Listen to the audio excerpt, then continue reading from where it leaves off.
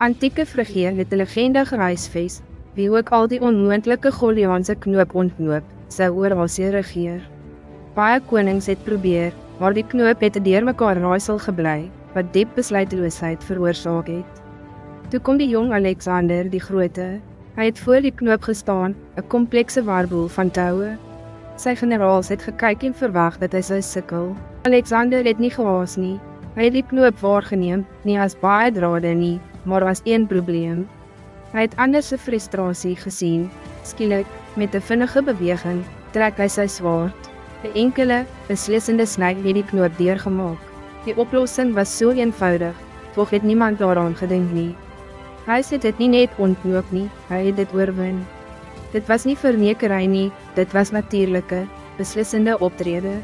Soms, om besluiteloosheid te oorkom, moet jy probleme nie stuk vir stuk ontwrig nie. Vind 'n waaghalsige, nuwe pad. Moenie vasgevang word in analise verlamming nie. Vertrou jou intuïsie, neem 'n beslissende stap en tree op. Jou oplossing is dalk eenvoudiger as wat jy dink. As Alexander se waaghalsige skuif jou geïnspireer het om besluiteloosheid natuurlik te oorkom, teken in op Afrikaans repo vir meer legendariese stories.